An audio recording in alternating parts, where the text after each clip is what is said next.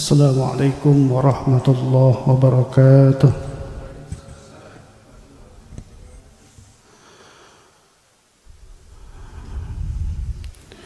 Alhamdulillah wassalatu wassalamu ala Rasulillah wa ala alihi wa ashabihi wa man walah.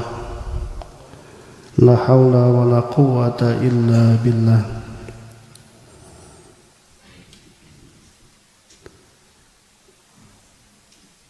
Rabbi israh li sadri wa yassir li amri wahlul 'uqdatam min lisani yafqahu qawli wa ba'd. Hadirin rahimakumullah, puji syukur kita panjatkan kepada Allah atas limpahan nikmat yang Allah berikan kepada kita sehingga pada malam hari ini kita dapat berkumpul seperti biasa. Semoga Allah Subhanahu wa taala mencatat setiap amal saleh kita, terkhusus pada hari ini semoga dijadikan sebagai bagian dari amal saleh kita insyaallah. Bersalawat kita kepada Nabi kita Muhammad SAW, kepada keluarga para sahabat, semoga kepada kita semua insyaallah. Hadirin rahimakumullah,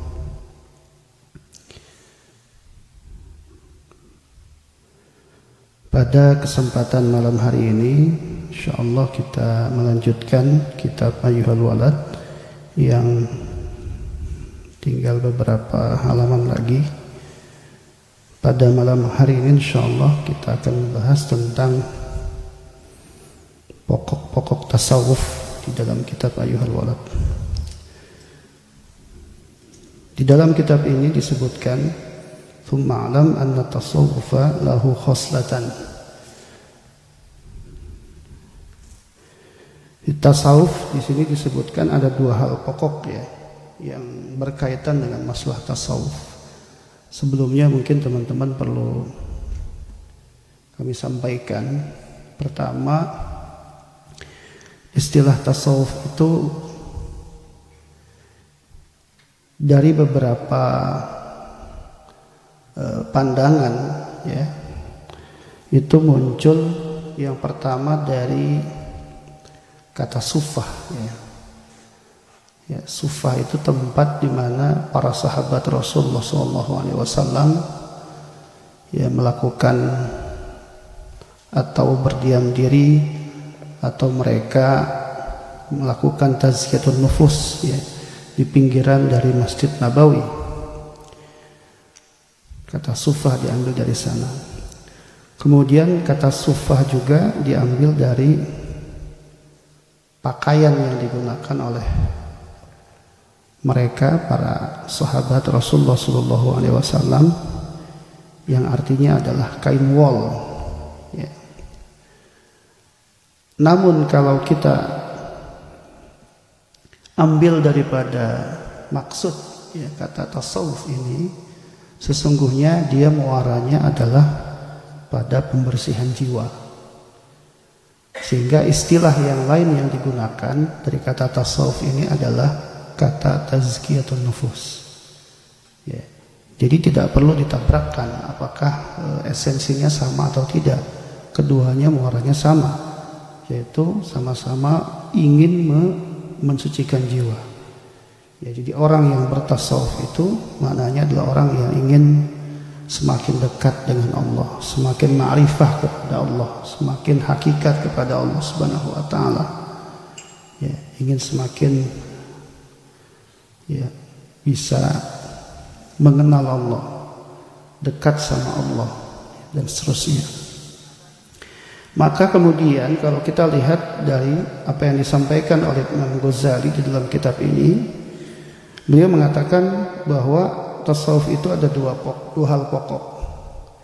Yang pertama adalah al-istiqamatu ma'allah. Nanti yang kedua was-sukunu 'anil khalq. Jadi yang pertama, tasawuf itu adalah istiqomahnya kita bersama Allah. Ya. Kita sudah bahas istiqomah itu. Apa istiqomah? Istiqomah itu artinya ats-tsabat fid din ya. Istiqomah itu adalah keteguhan keteguhan kita atau keteguhan hati kita ya di dalam rangka beragama, gitu ya. Ats-tsabat fid din. Makanya doa yang sering dikaitkan dengan istiqomah itu adalah ya muqallibal qulub tsabbit qalbi ya ala dinik gitu. Ya, di ats-tsabat fid din, ats-tsabat ala tariqil mustaqim. Ya, seperti doa kita ihdinas siratal mustaqim atau surat Al-Fatihah yang sering kita baca itu. Intinya adalah istiqomah. Kita juga mungkin sering mendengar istilah al-istiqomatu khairun min alfi al-karomah. Istiqomah itu lebih baik daripada 1000 karomah. Kenapa seperti itu? Ya. Disebutkan di sini maksud daripada ya, di dalam literatur yang lain disebutkan makna istiqamah khairun min alfil karamah wa anna tsabat ala tariqil mustaqim wa huwa ad-din wal huda wal iltizam bihi afdalun wa a'zamun bikathirin min mujarradi zuhuri khawariq aw karamat khariqah. Jadi tetapnya kita di atas ya, jalan agama ini, di atas petunjuk Allah, itu ternyata lebih baik, ya, lebih mulia, lebih utama dibanding daripada apa? Karomat-karomat. Ya. Karena kekhawatiran yang terjadi juga adalah ya, kecenderungan orang ketika concernnya pada kalimat karomahnya, misalkan dibalik, al-karomatu khairun min alfi al-istiqomah, redaksinya dirubah misalkan ya. 1000 karomah itu lebih baik daripada istiqomah. Nanti orang akan fokus kepada karomahnya. Orang akan lebih percaya bahwa kemuliaan seseorang itu ketika memiliki karomah-karomah ya, dibanding kepada keistiqomahannya. Ya, padahal istiqomah itu jauh lebih penting. Ya, makanya misalkan di dalam Al-Quran ketika kita membahas tentang istiqomah itu kita temukan ya, orang yang istiqomah itu hatta sampai nanti mereka dipanggil oleh Allah Subhanahu wa taala itu enggak perlu ada rasa takut. La khaufun 'alaihim wa lahum yahzanun, misalkan dalam ayat yang lain. Atau dalam ayat yang saya kutip tadi maksudnya adalah innal ladzina qalu rabbuna Allah tsumma istaqamu tatanazzalu 'alaihimul malaikah alla takhafu wa la tahzanu. Ya, bahkan surga mereka itu dijanjikan. Di teman-teman sekalian, ya, al-istiqamatu ma'allah ya. Istiqomah dengan Allah, istiqomah melakukan ketaatan kepada Allah. Yang kedua, teman-teman sekalian, prinsip ataupun pokok daripada tasawuf itu adalah as-sukun 'alal khalq. As-sukun 'alal khalqi. Apa yang dimaksud as-sukun 'alal khalqi? Kata sukun itu maksudnya adalah tenang. Kita nggak punya konflik sama orang lain, kita nggak merugikan orang lain, kita nggak berbuat zalim pada orang lain. Ya, esensinya dua, hubungan kepada Allahnya baik, istiqomah. Ya. Kemudian yang kedua itu adalah as-sukun 'alal khalqi, nggak punya hubungan yang bermasalah dengan orang lain. Itu esensi daripada tasawuf, teman-teman. Esensi daripada kedekatan kita kepada Allah Subhanahu wa taala. Hubungan kita sama Allahnya baik, hubungan hablum minan nas juga baik. Ya, maka kalau kita mau simpulkan secara sederhana saja, yang disebut istiqomah itu sebenarnya ya istiqomatun fil qawli wal qalbi wal jawarih. Orang istiqomah itu enggak cuma pada perilaku hubungannya sama Allah dalam hal-hal yang sifatnya ibadah mahdoh misalkan, tapi sampai urusan dia dengan makhluk atau urusan dia dengan dengan selain Allah. Bahkan bukan saja mungkin kalau kita hari ini kita hubungkan dengan fenomena musibah yang terjadi, orang yang bertasawuf itu bukan cuma sama manusia dia baik, bahkan sama lingkungan, sama alam juga baik gitu. Nggak mungkin membuat sebuah aturan yang akhirnya bisa merugikan orang lain, merugikan orang banyak. Hari ini misalkan yang diinformasikan baru 800 orang yang meninggal, itu yang diinformasikan teman-teman, masih banyak yang belum ketahuan, 20-an lebih yang luka-luka. Di daerah Aceh itu satu wilayah Tamiang namanya, itu udah seperti kota mati itu. Kalau ke sana bau bangkai katanya. Ini kan bentuk-bentuk yang bisa kita anggap jauh dari perilaku di mana seorang itu punya hubungan baik juga sebenarnya sama Allah. Dan kalau kita perhatikan, bisa saja hubungan kita sama Allah jadi batal gara-gara hubungan kita sama manusia jelek gitu. Jadi batal gitu. Bahkan bisa saja hubungan kita dengan Allah itu jadi tidak bernilai, bahkan sampai habis, ya gara-gara kita jelek hubungannya sama manusia. Ya. Misalkan ghibah, ngomongin kejelekan dia. Ya, saya sering bilang 24 jam waktu yang Allah kasih satu hari itu juga nggak cukup itu. Kalau kita mau ngomongin kejelekan orang, kayaknya kurang itu, besok bersambung lagi itu. Ya. Tidur pun sampai ngigo orang lain itu. Kita sampai begitu itu. Ya, berarti nggak sukun. Sukun tuh sakinah teman-teman, tenang. Jadi hubungannya harmonis gitu. Ya. Teman sekalian, kalau lihat dari penjelasan di sini, ya faman ya istiqamah ma'allahi azza wa jalla wa ahsana khuluquhu ma'an nas wa amalahum bil hilmi fahuwa sufi. Sini disebutkan barang siapa yang istiqamah hubungannya sama Allah, kemudian baik hubungan dia ya dengan manusia, akhlaknya baik dengan manusia, ya bahkan wa amalahum bil hilmi, bahkan ketika bermuamalah dengan orang lain bil hilmi, dengan kelembutan. Ya. Fahuwa sufiyun, itulah yang disebut sufi. Itulah orang yang disebut sufi. Jadi enggak sufi itu yang bawa tasbihnya sampai dikalungin panjang gitu ya. Yang kalau zikir enggak begitu ilustrasinya. Ya. Yang selalu pakai gamis gitu kan, enggak.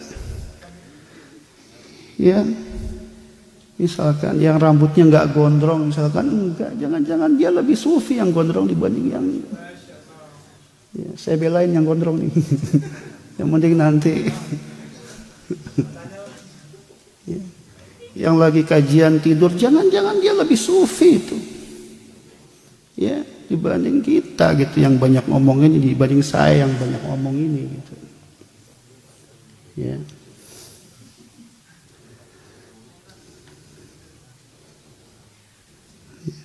Wal istiqamatu an yabdiya hadza nafsihi ala amrillah.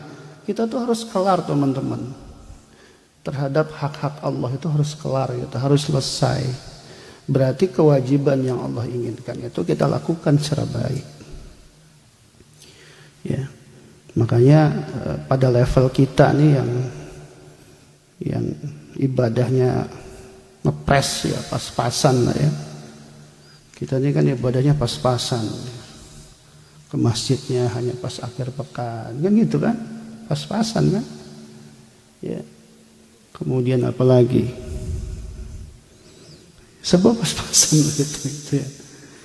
Maka kemudian minimal ya Kita ambil yang paling wajib itu. Jadi kalau kita bicara tentang aulawiyatul al-amal gitu ya, prioritas dalam amal itu, kita tuh jangan sampai salah teman-teman. Salah. Kita harus mulai dari yang wajib dulu. Yang sunnah kesampingkanlah dulu misalkan. Yang wajib aja dulu. Jangan sampai enggak sholat. Sholat Jumatnya jangan ditinggal. Itu yang wajib. Meninggalkan yang haram itu juga wajib. Jangan cuma berpikir tentang yang sifatnya adalah perintah, tapi yang sifatnya juga larangan atau meninggalkan larangan-larangan dari Allah itu sendiri juga adalah sesuatu yang diwajibkan. Gitu. Nah, kita istiqomah dengan dua hal itu, walaupun pada taraf tadi pas-pasan aja ibadahnya atau pas-pasan saja meninggalkan yang dilarang oleh Allah Subhanahu wa taala, misalkan ya, kita itu sudah digolongkan istiqomah. Ya. Datang ke masjidnya setiap akhir pekan tuh jangan sampai enggak tuh teman-teman. Terus aja enggak apa-apa. Ke masjidnya cuma setiap akhir pekan doang. Malam minggunya kelihatan, pas hari minggunya enggak kelihatan, itu enggak apa-apa. Ya. Apa diganti makannya di hari sarapan gitu. Ya. Di kajian subuh ya. Biar nambah semangat kajian subuhnya gitu. Enggak ya, kita enggak. Insyaallah teman-teman datang kemari bukan karena makan.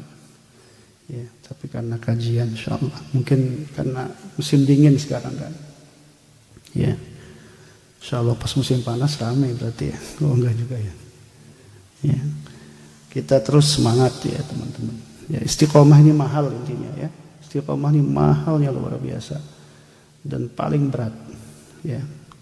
Kalau yang ringan tuh istirahat, ringan itu. Ya. Tapi cobalah, ya minimal kita tuh pada tahap belumlah kita itu, saya juga termasuk lah katakan ya. Belum tuh kita tuh pada tahap atau pada karakter orang yang ibadahnya itu udah mikirnya cuma Allah doang. Kita belum sampai situlah gitu ya. Kita belum sampai situ gitu ibadah tuh. Mikirnya cuma Allah aja udah. Mau nanti Allah nggak ngasih apa ya, Allah hidup kita bikin kita susah misalkan, Allah bikin kita ya musibah terus misalkan, kita tuh nggak peduli tuh. Orang kalau udah nggak sampai peduli dalam hal-hal seperti itu, tapi mikirnya cuman Allah, ini luar biasa. Tapi kita belum seperti itulah ya. Kita tuh melakukan sesuatu tuh selalu ada apa nih imbalannya nih ya, berarti kita tuh masih pada tahap melihat amal itu berdasarkan pahala yang Allah berikan kepada kita. Oh ini banyak pahalanya nih, oh ini nggak terlalu banyak pahala. Itu nggak apa-apa. Atau bahasa yang lain, ya paksa dulu aja gitu. Paksa aja dulu. Ya, karena kalau nggak dipaksa nggak akan biasa. Tapi teman-teman sekalian, sekali lagi jangan sampai melupakan ini porsi. Ya, disebutkan karena di sini juga lagi-lagi wa husnul khuluqi ma'an nasi an la tahmilan nas ala muradi nafsika. Ini penting nih teman-teman. Bagaimana sih cara kita itu bisa husnul khuluq dengan manusia, berakhlak yang baik dengan manusia? Nih teman-teman nih, an la tahmilan nas ala muradi nafsika. Jangan bawa orang lain itu terhadap keinginan dirimu. Kita kan kadang-kadang maksa ya, pokoknya harus kayak saya, harus seperti yang saya inginkan. Jadinya muamalah kita dengan teman itu problem. Itu. Saya udah ngasih, misalkan saya udah kasih nasihat, udah gitu teman-teman gak ngikut, wah saya marah. Itu nggak perlu sebenarnya. Ya. Atau teman ngajak untuk berbuat baik, kemudian besoknya masih berbuat salah lagi, itu nggak usah dipikirin. Gitu. Sama, misalkan tadi itu anak saya lagi pada senang naik gunung. Bapak aja naik gunungnya setelah menikah, mereka udah senang naik gunung. Albar paham banget kayaknya.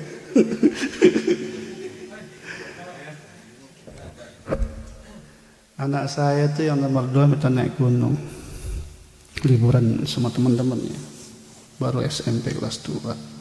Saya nggak bolehin, nggak boleh kata saya. Apalagi lagi musim musibah sekarang, cuaca lagi nggak stabil di Indonesia, hujannya lagi ekstrim terus. Ditambah juga akhir tahun di mana-mana pasti orang banyak melakukan ya kumpul-kumpul di mana-mana. Alasannya gunungnya nggak terlalu ini misalkan datar. Tanya, saya jangan udah Bismillah. Ya nggak usah didebat ayah, saya sampai bilang gitu, nggak usah didebat, dah ikutin. Kalau kata ayah, jangan seperti itu. Ya. Terus saya bilang sama dia, kamu mau senang sama saya, silahkan. Nggak senang sama ayah juga silahkan. Gitu.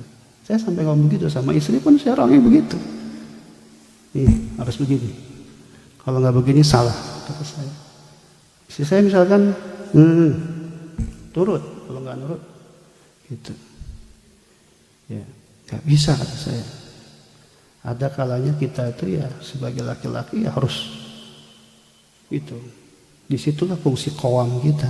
Dan gak usah mikir, maksud saya gini, pada hal yang paling terdekat saja, istri, anak dan sebagainya, kita sudah nggak lagi berpikir mereka senang sama kita atau tidak. Yang penting Allah ridho atau enggak. Apalagi dengan manusia gitu. Kita udah nggak berpikir begitu. Jangan datang kemari karena senang sama ustadznya, jangan. Saya minta tolong sama jenengan, jangan itu. Senang sama ustadz di depan, jangan. Saya mau sholatnya kalau pas ustadz di depan imam aja, dia milih-milih.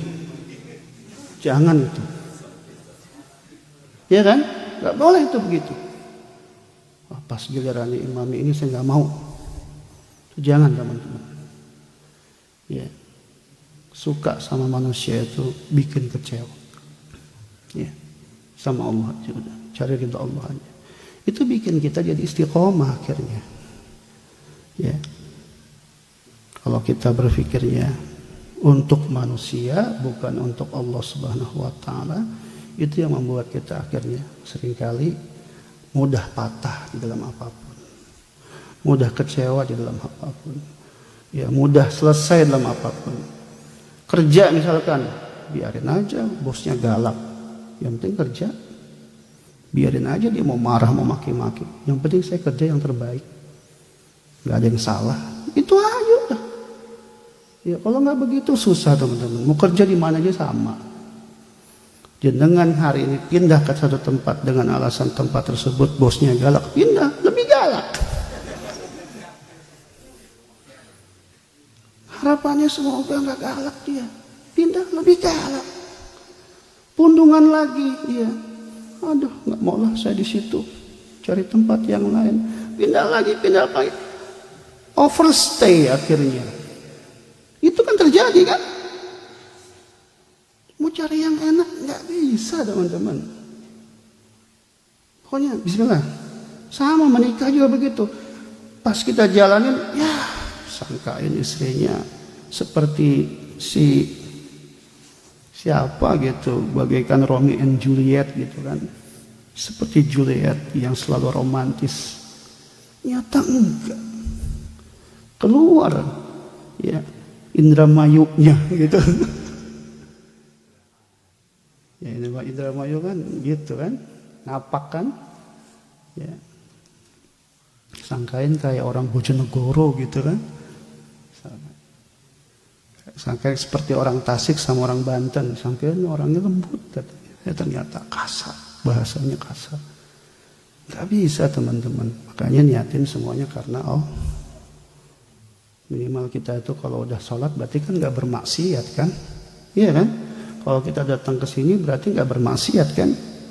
Ketika kita menikah tujuannya biar kita gak bermaksiat, itu aja udah. Itu yang disebut dengan istiqomah teman-teman. Ya makanya kata hadis begini kalimatnya ya. Istiqomah itu adalah seseorang yang melakukan satu hal walaupun sedikit tapi terus menerus. Istamarra wa in qalla. Dan itu aja teman-teman. Ya, nggak apa-apa datangnya cuma setiap akhir pekan karena bisanya pas akhir pekan, tapi sholat jangan sampai ditinggal. Ya, karena begini teman-teman, kita kalau mau mencapai sesuatu yang berat itu kadang-kadang juga kita harus mengambil start yang lebih berbeda agar kita tuh bisa mencapai itu. Misalkan contoh begini, ketika Rasulullah SAW menghadapi banyak masalah itu, ya banyak masalah, itu turun surat apa? Surat Al-Muzammil. Di antara surat Al-Muzammil itu fungsinya apa buat Nabi? Ternyata Nabi itu disuruh nambah lagi, nggak cuma dengan sholat yang wajib, tapi nambah lagi dengan sholat qiyamul lail, sholat tahajud. Bahkan sampai di antara ayat itu disebutkan fasbir ala ma yaqulun wahjurhum hajran jamila. Kenapa disuruh sholat malam? Salah satunya biar Nabi punya ya, daya tahan, tingkat survival yang lebih dibandingkan mereka itu yang nggak sabaran, atau level-level sahabat yang nggak sabaran. Nabi lebih sabar dibanding mereka semua. Sama kita kalau cuman ternyata dengan wajibnya masih kurang, kayaknya ruhiyah saya harus dinaikin lagi nih. Ya, apalagi levelnya udah mulai bertambah, misalkan, oh saya yang tadinya cuma jadi pegawai biasa sekarang udah jadi mandor. Wah kayaknya sabar saya harus ditambah nih, naikin dengan sholat malam misalkan. Oh saya punya cita-cita lebih nih, naikin lagi ibadah kita dengan ibadah yang sunnah-sunnah yang lain. Oh saya mau dapat isi yang solehan, naikin lagi baca Quran yang lebih rajin. Kira-kira begitu. Posisi hal-hal itu bisa membuat kita ya mendapatkan grade yang lebih baik di hadapan Allah Subhanahu wa Ta'ala. Ya, saya kira itu ya. Saya tadinya nggak mau lama-lama ini sebenarnya, karena lagi mondar-mandir kamar mandi terus nih, lemes jadinya, keluar masuk terus soalnya. Ini lemes, kalau keluar masuk tuh lemes. Baik, kalau udah lama nggak ketemu isu begini, Mas Putin. Baik ya, saya kira cukup teman-teman. Ya, semoga kita semuanya minta sama Allah kita selalu dikasih istiqomah ya. Kemarin teman saya juga pergi umroh. Orang kan kalau mau umroh suka titip doa ya. Dia tanya sama saya, Ustaz doanya apa? Mau titip apa? Saya mau umroh nih. Saya cuma satu aja, minta sama Allah biar saya istiqomah, itu aja. Saya nggak minta yang macam-macam kok. Ya karena kalau udah istiqomah pasti Allah ngasih semua yang kita minta, insyaallah. Ya aja teman-teman, semoga kita semua istiqomah ya, semakin semangat insyaallah. Teman-teman di sini juga semakin semangat khidmah ya, semakin kompak ya, semakin solid insyaallah. Berapapun jumlah yang ngaji, masjid siap ya, yang memberikan pelayanan yang terbaik buat penjenengan semuanya insyaallah. Yang penting tinggal datang ngaji, dengerin, pulang makin soleh, pulang ke Indonesia makin sugih insyaallah ya, seperti itu. Itu saja dari saya, mohon maaf. Assalamualaikum warahmatullahi wabarakatuh. Waalaikumsalam warahmatullahi wabarakatuh. Baik teman-teman, kita memasuki acara tanya jawab. Apabila teman-teman ada yang mau bertanya, kita kasih terlebih dahulu 3 pertanyaan. Monggo angkat tangan yang mau bertanya. 1. Ada lagi? 2. Ada lagi? Monggo. Assalamualaikum warahmatullahi wabarakatuh. Izin bertanya Pak Ustadz, apa hukumnya dan bagaimana caranya ketika kita di belakang kita menggunjing atau menceritakan keburukan orang lain?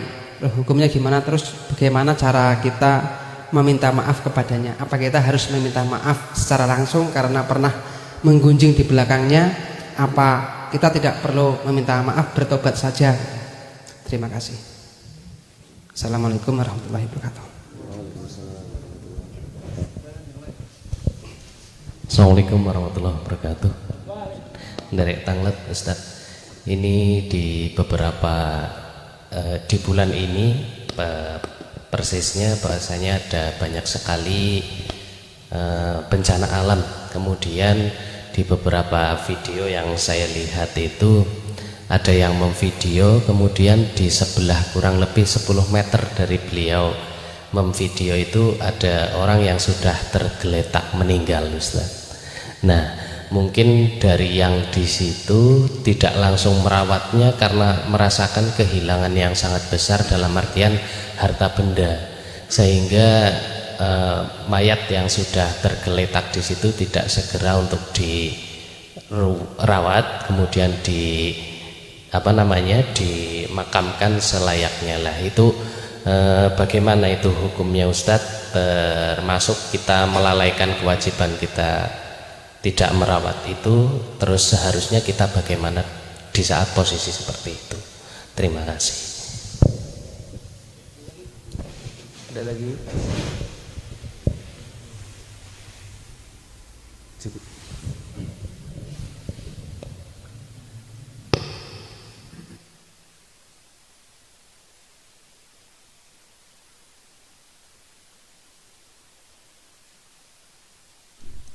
Yang pertama tentang masalah ghibah ya. Jadi ghibah ini kalau kita bahas kemarin ya,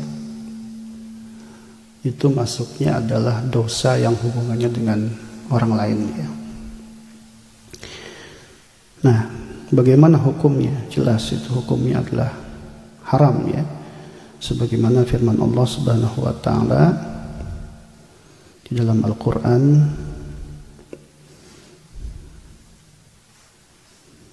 sebentar. Wala yaghtab ba'dukum ba'dha. Ya, kalau lengkapnya ya ayyuhalladzina amanu istanibu katsiran minadh-dhann inna ba'dadh-dhann itsmun wala tajassasu wala yaghtab ba'dukum ba'dha ayuhibbu ahadukum ay ya'kula lahma akhihi maitan fakarihtumuh. Jadi kenapa ghibah itu dilarang ya antar sesama kita? Disebutkan di sini ayuhibbu ahadukum, maukah kamu ya di antara kamu ayyakula lahma akhihi, memakan daging saudaranya, maitan ya, dalam posisi yang sudah mati, fakarihtumuh, maka pasti kamu membencinya. Ya, jadi kita sama saja makan bangkai saudara kita. Ya, daging yang sudah mati, bangkai berarti kan ya, itu kan sesuatu yang buruk tentunya ya. Oleh sebab itu harus dihindari ya, karena di antara yang dapat menggugurkan amal kita itu adalah ghibah. Bahkan nanti ketika amal kebaikan kita habis, keburukan dia pindah ke kita ya. Oleh sebab itu harus ditinggalkan, harus dihindari ya. Bagaimana cara menyelesaikannya? Kalau bisa diselesaikan dengan cara meminta maaf kepada orang tersebut, itu lebih baik. Karena keburukan atau dosa yang hubungannya dengan orang lain, itu penyelesaiannya harus dengan orang tersebut. Itu ya. Minta maaf, selama ini saya begini, misalkan seperti itu. Ya, atau kalaupun ya, karena tanpa pengetahuan beliau kita melakukannya ya, kalaupun kemudian kita nggak minta maaf langsung kepada beliau, misalkan kita minta maaf sama Allah dan kita jangan sampai mengulanginya lagi. Itu ya Mas Budi ya. Jadi jangan menganggap remeh persoalan ini gitu ya.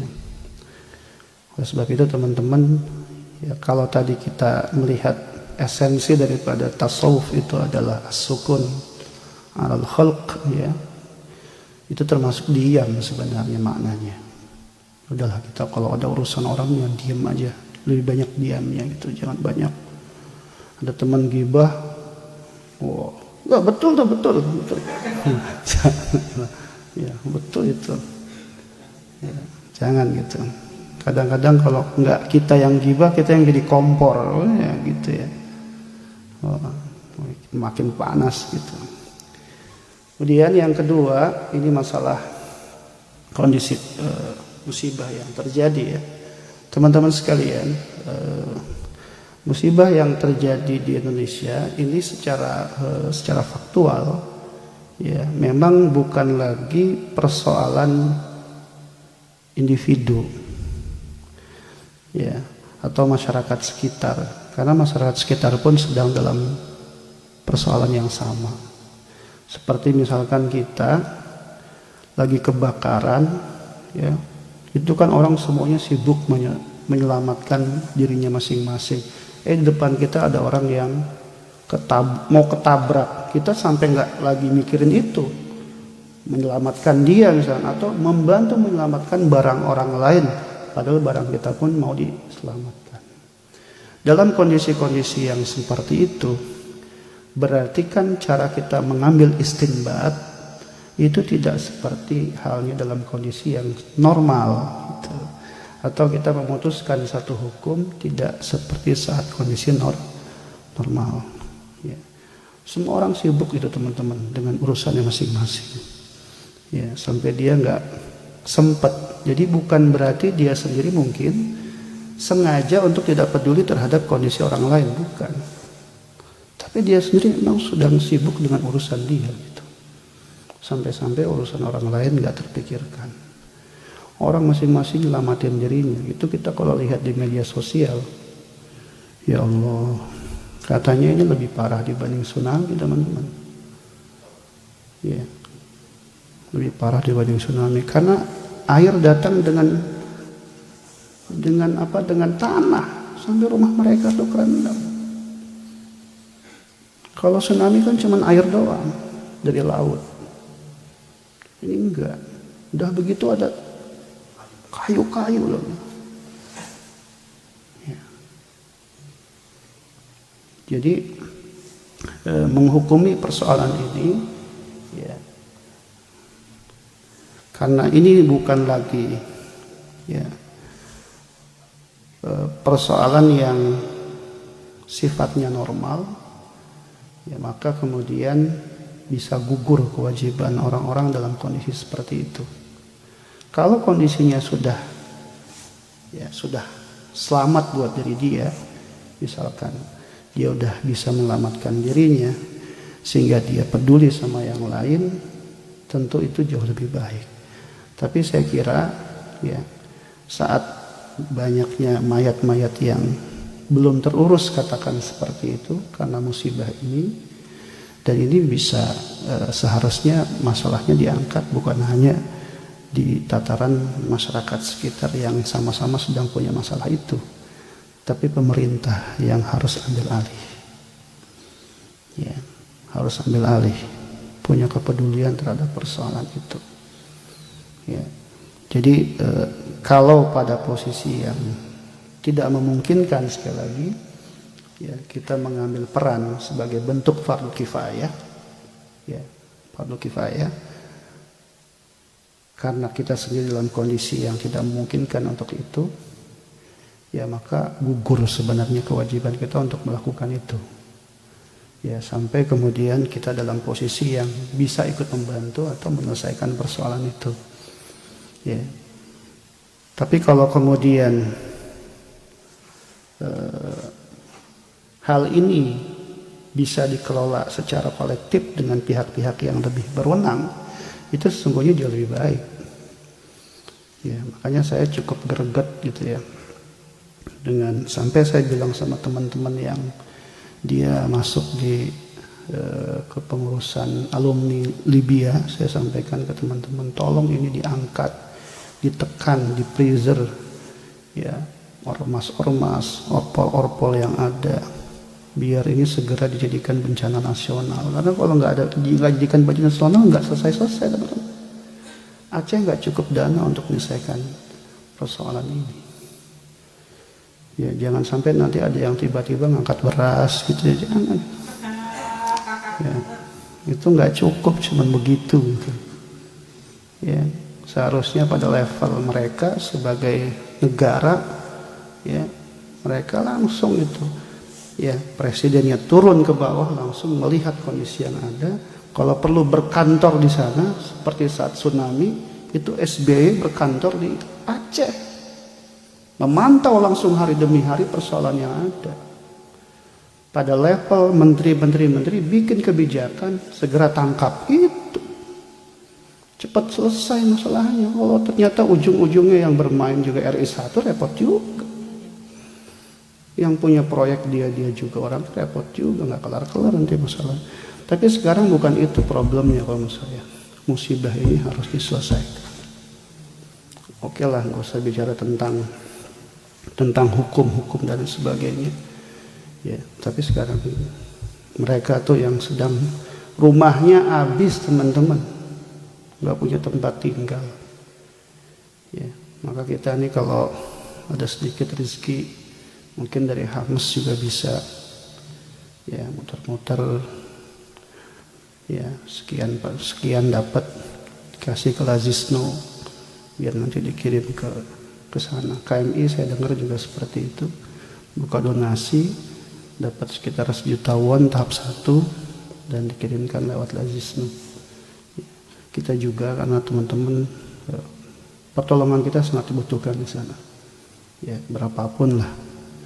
Ya, saya juga kemarin mikir saya mau nitip ke siapa ya, mau juga kayaknya walaupun gak banyak gitu ya, walaupun cuma berapa, misalkan gak sampai 500.000, misalkan cuma berapa gitu ya, bismillah lah ya. Kalau bisa di kolektif lewat Hamas, nanti kemudian dari Hamas disalurkan lewat Lazisno, di Lazisno yang semakin banyak yang dikirim dari Lazisno kan juga semakin positif insyaallah.